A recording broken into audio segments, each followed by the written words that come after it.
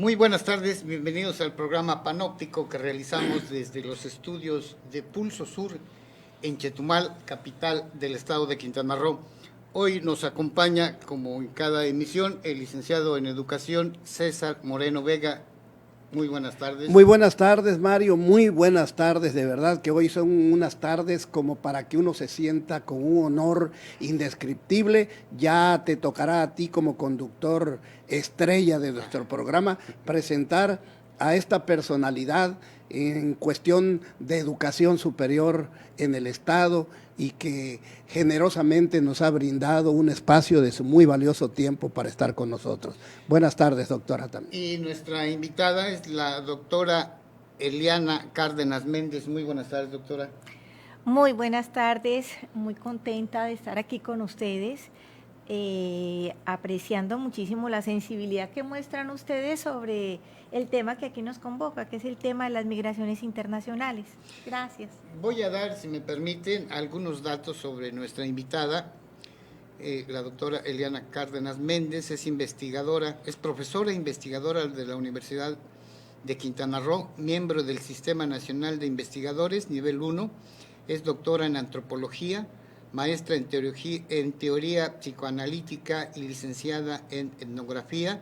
Es autora de los libros Teorías, mitos y mitemas, Marcando Calavera, Jóvenes, Mujeres, Violencia y Narcotráfico, y es autora de ensayos sobre violencia y migración, entre los que destacan de manera reciente Pasión consumista y fervor religioso entre los sicarios colombianos, Frontera geográfica y frontera vital, feminicidios en México.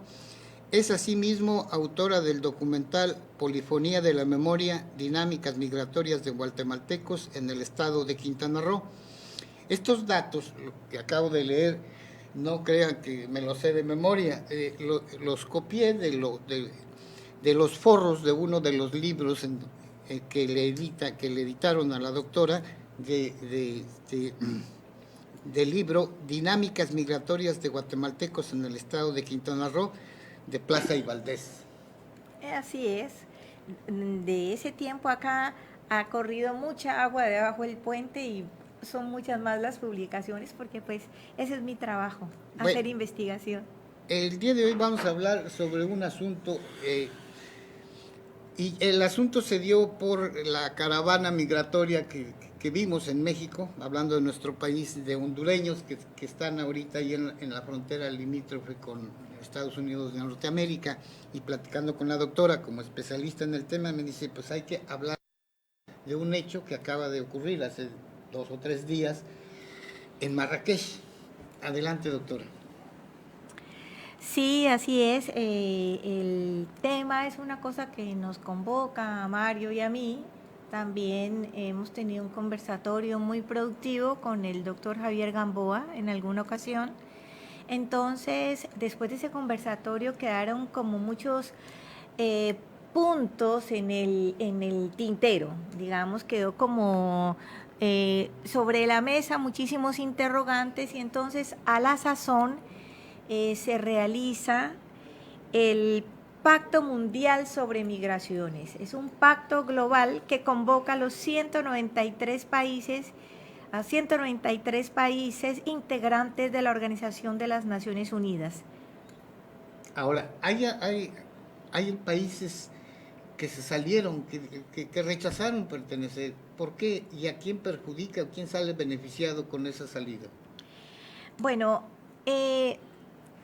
primero que todo es importante aclarar que este Pacto Mundial sobre las Migraciones sería el primer acuerdo global sobre la temática migratoria.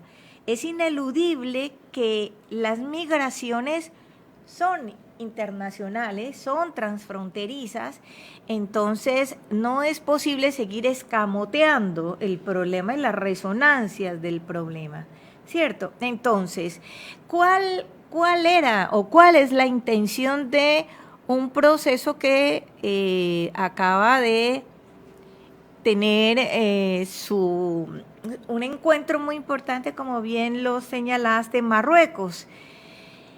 Estas conversaciones hace rato que se están cocinando. De hecho, en julio terminan un borrador prácticamente y lo firman 193 países.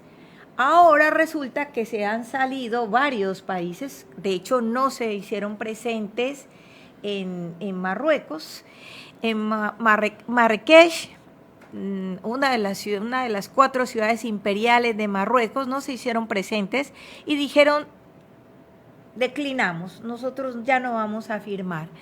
Entre esos países está Israel, Estados Unidos, está también República Dominicana, está Polonia y están pues Australia, varios países también. Creo que Chile también. No, Chile no. Chile no está en estos momentos, países de Europa Oriental. Entonces, la pregunta, eso ha generado muchísimo estupor porque el encuentro, como les decía, ha habido varios encuentros antes de llegar aquí a un momento que es cumbre prácticamente, que tiene que ver con un reconocimiento a un problema que no solamente ha venido sucediendo, sino que además tiene miras de crecimiento. Entonces, el asunto es cómo encararlo, cómo vamos a hacerle. Entonces, genera mucha controversia, mucho estupor, incluso malestar. Michelle Bachelet decía: no es posible que después de que esto ha tomado tanto tiempo, finalmente decidan recular, dar un paso atrás. Entonces, habría que, en principio, creo yo, Mario, que vale mucho la pena tener en cuenta sobre todo la condición de 3 países que son ampliamente conocidos por sus problemas fronterizos, y uno de ellos es Estados Unidos. Es decir, Estados Unidos es quizá el polo de atracción migratoria más importante del mundo, y siempre ha tenido, sobre todo en el caso de México, una tensísima relación.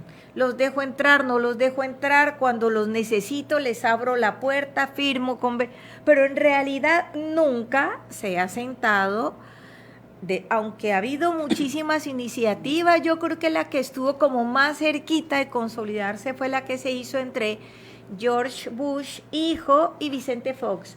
Parecía que se lograba un acuerdo migratorio. ¿Qué significaba ese acuerdo migratorio? Es decir, era incluir dentro de la agenda el tema migratorio no como un problema, sino como una oportunidad. Parece mentira que Fox hubiera podido decir una cosa de esas, pero sí, también a veces dicen cosas inteligentes, pareciera que no, pero claro, en este caso era importante, sobre todo porque Vicente Fox fue uno de los mandatarios mexicanos que reconoció, y eso también es un punto medular dentro del Pacto Mundial sobre las Migraciones, que las migraciones son un problema, efectivamente, pero también presentan una cantidad de retos y oportunidades para los países si se trabaja de manera integral y cooperativa. Entonces, en el caso de México, pues de México y Estados Unidos, y repito, esto es a la sazón de que Estados Unidos se retiró de la misma manera que se ha retirado de acuerdos tan importantes como los acuerdos de Kioto. Dijo: yo no firmo esos acuerdos, yo me retiro. Y en el caso de Israel, pues ese es un problema histórico. Después de la Segunda Guerra Mundial, lo único que nosotros hemos visto toda la vida es el conflicto por el carácter expansionista de Israel sobre los territorios palestinos, ¿no?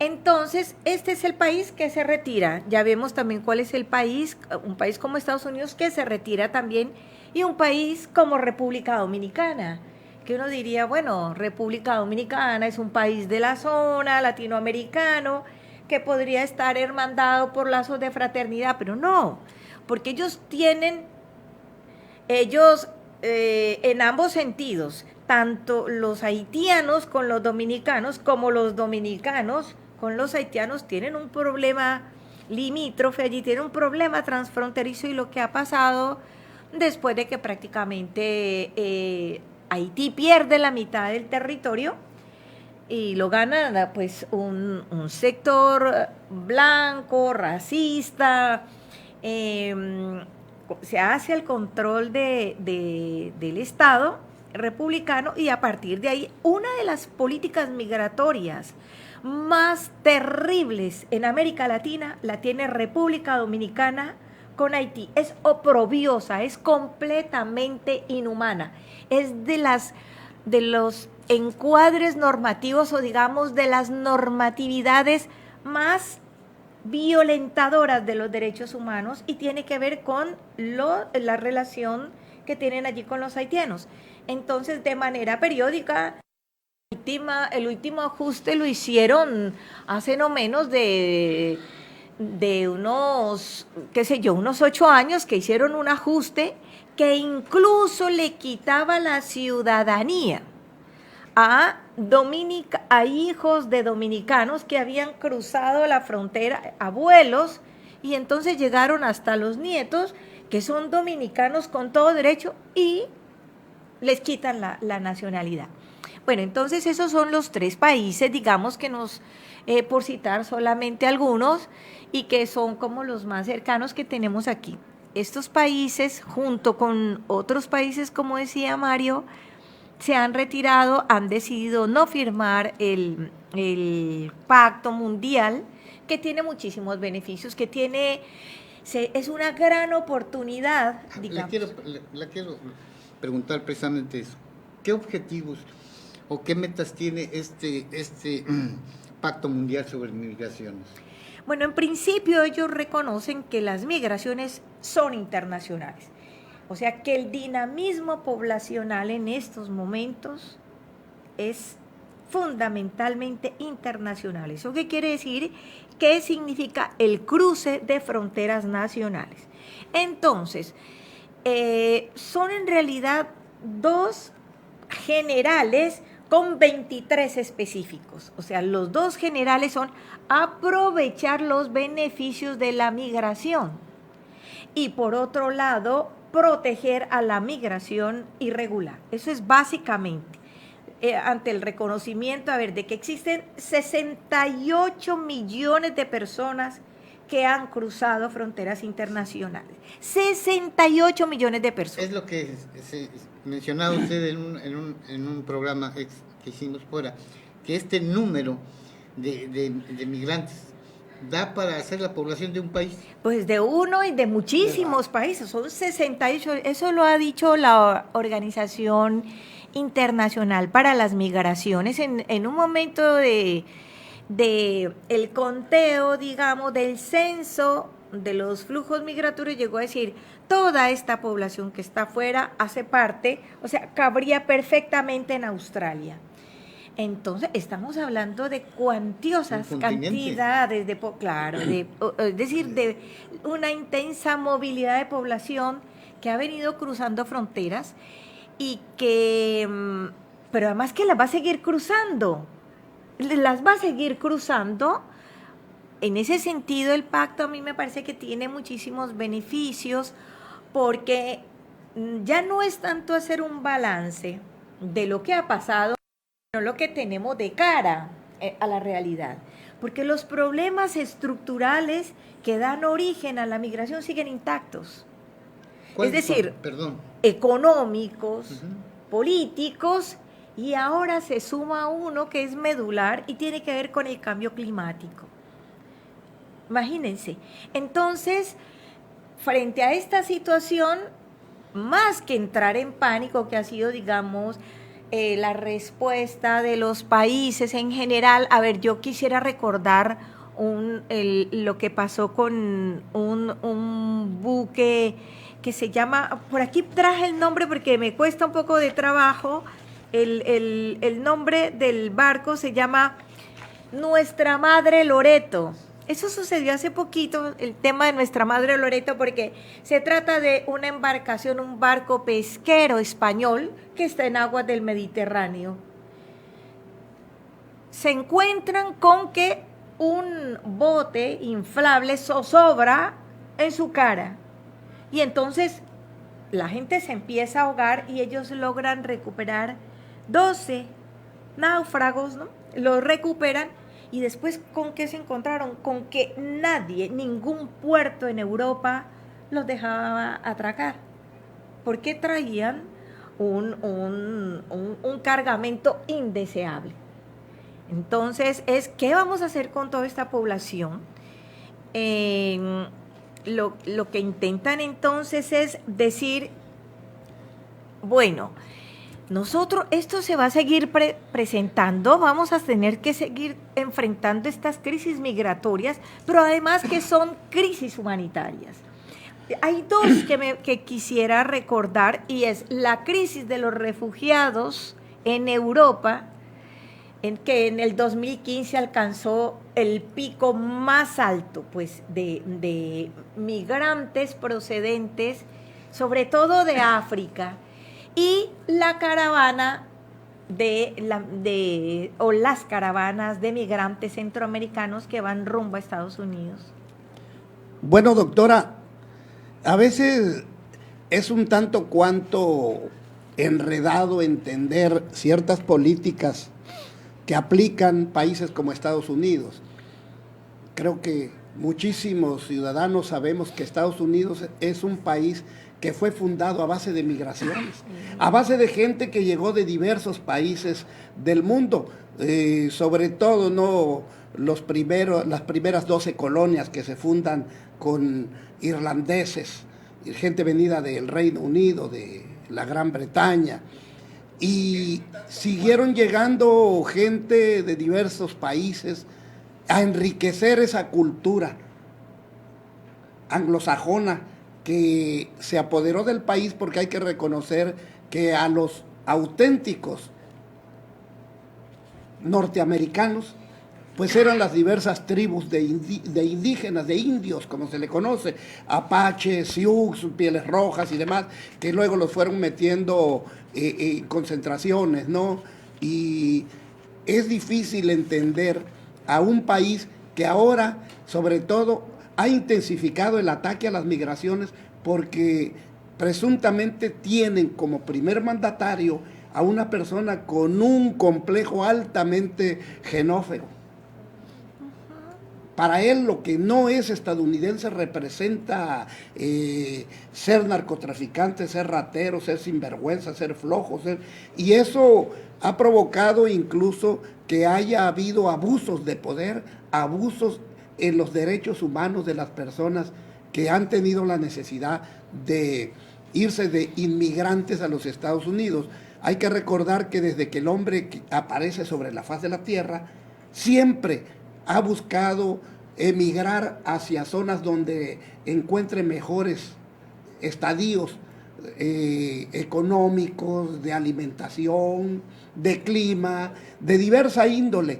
Y como decía usted hace rato, esto de las emigraciones, de las migraciones, esto lejos de disminuir va a ir en aumento, doctora. Sobre todo de los países en vías de desarrollo hacia los países desarrollados en donde pueden encontrar mejores condiciones, pero que además, como decía usted, los países desarrollados a lo mejor no se han puesto a pensar un poquito en la amplia gama de oportunidades que tengan, porque dentro de las migraciones va gente valiosa, gente inteligente. Sí, bueno, me parece que es muy importante, es verdad, si el tema de las migraciones es tan viejo como la humanidad. Sin embargo, vale muchísimo la pena considerar de qué tipo de migraciones estamos hablando, porque las migraciones, pues, como fenómeno social, tiene picos, tiene altas y bajas, dependiendo de determinados contextos históricos, políticos y sociales. En ese sentido, ¿por qué se llama el Pacto Global? Porque es un fenómeno de la globalización. La intensísima movilidad de población en el mundo es originada de la implementación de un modelo de mercado a nivel global. Entonces, este modelo económico ha tenido importantísimas resonancias de manera negativa, sobre los países que ahora son expulsores de migrantes. Es decir, la globalización lo que ha hecho es abrir las fronteras para las mercancías, pero las cierra para las personas. Entonces, pensemos un poco qué sucede en un país donde por acuerdos y tratados de libre comercio la economía regional queda colapsada porque su mercado ha sido apropiado por multinacionales, porque dentro de esos acuerdos internacionales también existen apartados muy específicos para la apropiación de los recursos de esos países. ¿Qué pasa con esas poblaciones? No tienen ninguna oportunidad más que la de salir. Entonces, ¿qué es lo que sucede? Hay que, en principio, reconocer cuál es la causa de las migraciones en la globalización. Es eso, que se trata de economías regionales colapsadas, cuyos estados han perdido el margen de maniobra que requieren los países para solventar las necesidades. Frente a ese colapso de la economía, la gente sale. Entonces, y sale en situaciones de altísima vulnerabilidad. Paralelamente, entonces, eso también hay que tenerlo en cuenta, porque la criminalización de la migración también es un fenómeno que tiene características novedosas. Esto quiere decir que estos constructos imaginarios de los que hablas son muy importantes porque son flojos, son perezosos, son violadores, son criminales, es decir, se construye un discurso criminalizador de la migración. Entonces, pero está desconociendo que finalmente los países desarrollados son causantes del dinamismo poblacional de los países que expulsan migrantes. Yo quisiera volver nada más pues para que tengamos una cifra más apropiada, lo que pasó con la situación de los africanos, en eso que se conoce como la crisis de los refugiados. Había en el 2015 más de 1 millón de personas que habían entrado a Europa. 942 personas de África habían solicitado asilo y 3.406 personas habían muerto en el intento. Es decir, las cifras son escandalosas. Entonces, este pacto me parece importante porque reconocen toda esta realidad que nosotros estamos tratando de sintetizar aquí. Entonces, es decir, la gente migra por condiciones provocadas como un efecto de resonancia, de impacto por la implementación. Una consecuencia. Una consecuencia, exacto. Entonces, lo que tenemos es que hacernos cargo. Imaginemos con el tema del cambio climático, que eso es muy interesante y eso es nuevo para nosotros, digamos los que nos dedicamos al estudio de las migraciones. Resulta pues que ahorita pensamos, el cambio climático, ¿por qué el cambio climático? Honduras es un ejemplo típico pues de población que sale también de la región, como fue por el caso del huracán Mitch. Pero el cambio climático significa entonces, entre otras cosas, que se van a perder tierras cultivables en regiones como África y América Latina, donde un sector muy importante del sector primario vive de la agricultura. Y si ya no tiene tierras, ¿qué va a pasar? ¿Qué va a pasar? Entonces, no podemos seguir dándole la espalda, como muy bien afirma Michelle Bachelet, a toda la gente que se muere en el Mediterráneo y todo el mundo voltea la cara. Que sigamos naturalizando el hecho de que los africanos se mueran en las costas de Lampedusa, en Italia, o que se mueran en las costas de España o Francia. Es decir, hay que encarar el asunto desde sus causantes y sus determinantes estructurales que, como decíamos, tienen que ver con razones de tipo económico, de tipo político, porque la cantidad de perseguidos políticos, de gente que perseguidos por el Estado, pero también en razón de la ebullición social, de la violencia social en muchísimos países, y tenemos el caso de Honduras. Volvemos al tema de Honduras, porque me llama mucho la atención. Hace un momento, hace unas horas, apenas hace unas horas, alguien me decía, ay, usted es la persona que trabaja sobre migraciones en la universidad. Yo le dije, bueno, hay muchos que trabajan sobre el asunto. Y dijo, pero ¿y qué pasa? ¿Por qué los hondureños no se comen los frijoles? Entonces da muchísima risa porque la gente se queda con eso, sin advertir que dentro existe una campaña criminalizadora de la migración irregular. Otro de los fines dentro de los objetivos específicos del pacto es crear un discurso incluyente de la migración, es decir, que vaya a contrapelo de este discurso criminalizador, ¿cierto? Y generar, pues, transformar las percepciones en torno a la migración como que son los que vienen a robar, que son los que nos vienen a quitar cosas, que... Bueno, ya habló usted al inicio del programa sobre algunos países que se salieron de este pacto global de migraciones, pero hay otros que sí quieren adherirse. ¿Cuáles son las razones? ¿Qué beneficio? ¿Qué pasaría con sus soberanías?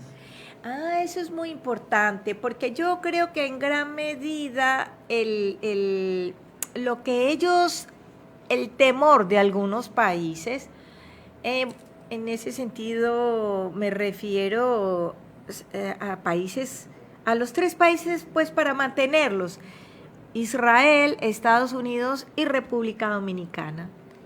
Entonces, lo que piensan es que el pacto es legalmente vinculante. ¿Qué quiere decir un pacto legalmente vinculante?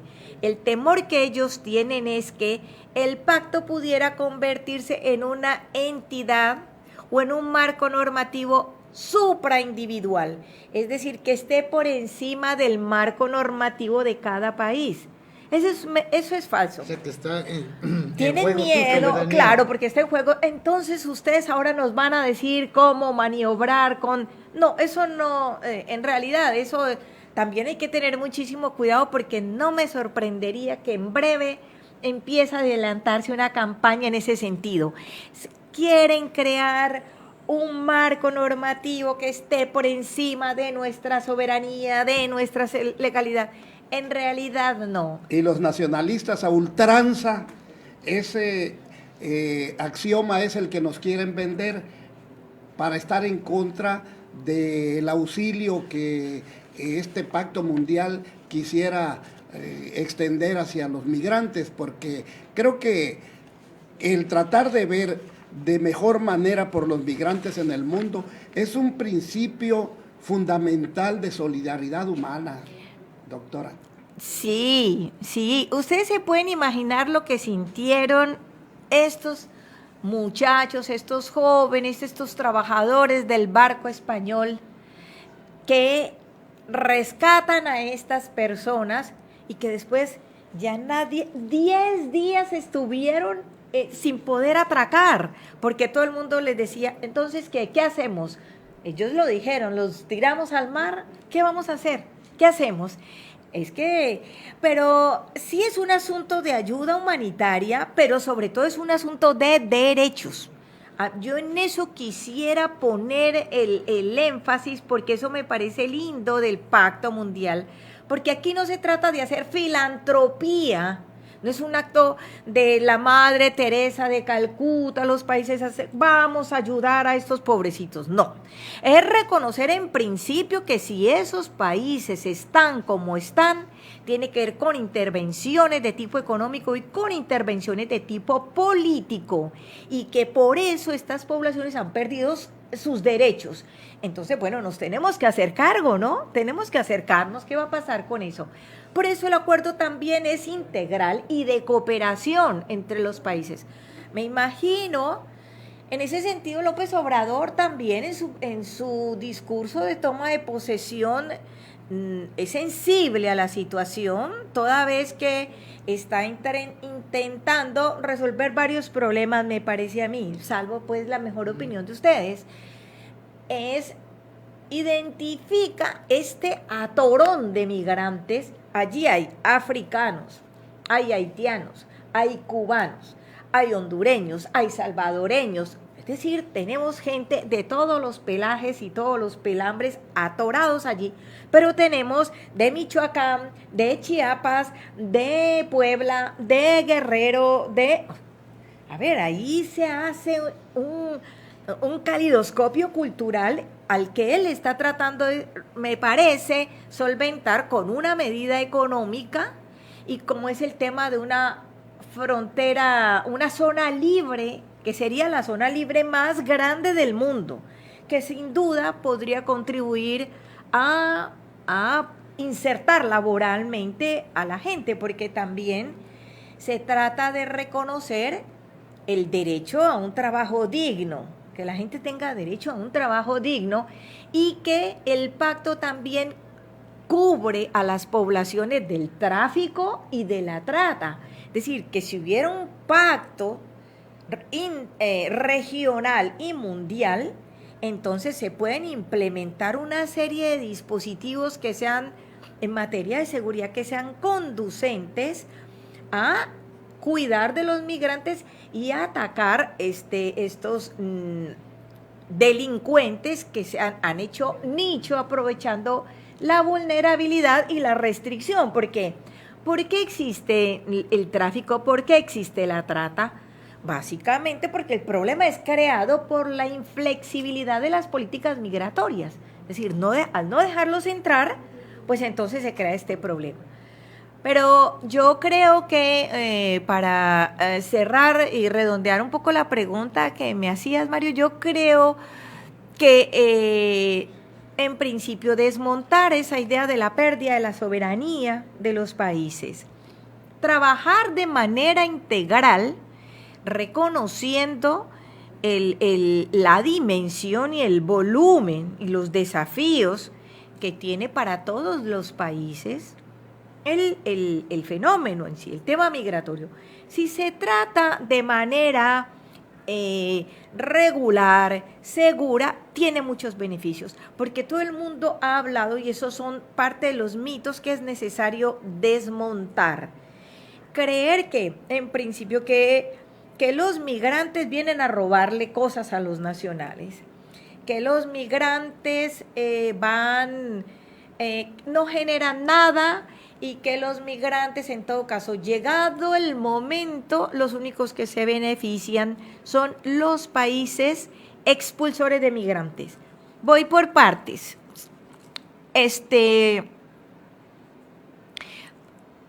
Todo el mundo piensa que las migraciones siempre son de sur a norte.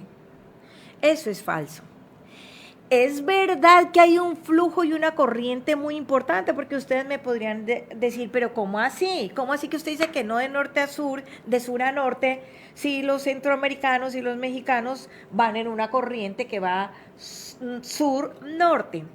Porque no se ha dimensionado las migraciones sur-sur. La cantidad miren, los venezolanos en Colombia, en Perú, en Ecuador, los colombianos en Chile, en Ecuador. Es decir, existe un dinamismo intrarregional muy, muy importante, y lo mismo sucede en África. Tengo un amigo muy querido italiano, sufre de una xenofobia a flor de piel, o sea, le hablan de extranjeros y él inmediatamente le sale un prurito en la piel. Y sobre todo su bronca es con los africanos. Entonces decía, a ver, ¿por qué tienen que venir a Italia? ¿Por qué tienen que venir a Europa? Eso es verdad que van para allá, pero no se ha advertido, porque eso tiene menos visibilidad, porque cuando se trata de que entren a Europa y Estados Unidos, todo el mundo se le ponen los pelos de punta. Pero ¿y qué pasa con todos estos países estos dinamismos intrarregionales. Lo primero que intenta la gente es migrar a donde le quede más cerca, porque migrar es doloroso, migrar es penosísimo, desgarrar las familias, separarse de su historia, de su cultura. Ese es un componente dolorosísimo, muy dramático. Entonces la gente intenta en principio irse al que le quede cerca. Bien, como usted se puede dar cuenta, el tema nos da para hacer varios programas, pero el tiempo se nos ha acabado, vienen Otros programas. y pues no me queda más que agradecerle a la doctora Eliana Cárdenas Méndez. Perdón. Muchísimas gracias, doctora. Muchísimas gracias. Confío en no haberles cancelado la palabra. Me tiene muy entusiasmada el tema del pacto y entonces me parecía que era un momento como importante para presentarlo en todos sus pormenores, ¿no? Entonces, muchísimas gracias a ustedes. Muchas Doctora, gracias. pues ha sido verdaderamente un banquete extraordinario el estarle escuchando, porque hay muchas de las cosas que uno ignora a fondo, pero con esta verdadera conferencia que nos ha usted brindado, creo que nos abre muchísimo el panorama para entender la necesidad de ya atender este fenómeno mundial. Muchísimas gracias, la verdad en lo personal le agradezco muchísimo su tiempo y como dice Mario, nos llevaría muchísimos programas escucharle con esa claridad que tiene usted, con esa clarividencia del tema. Muchísimas gracias también al licenciado César Moreno Vega por acompañarnos en estas emisiones. Gracias a los compañeros de producción, al director general Ramón Aguilar Fernández. Muchísimas gracias. Los esperamos en nuestra próxima emisión. Gracias.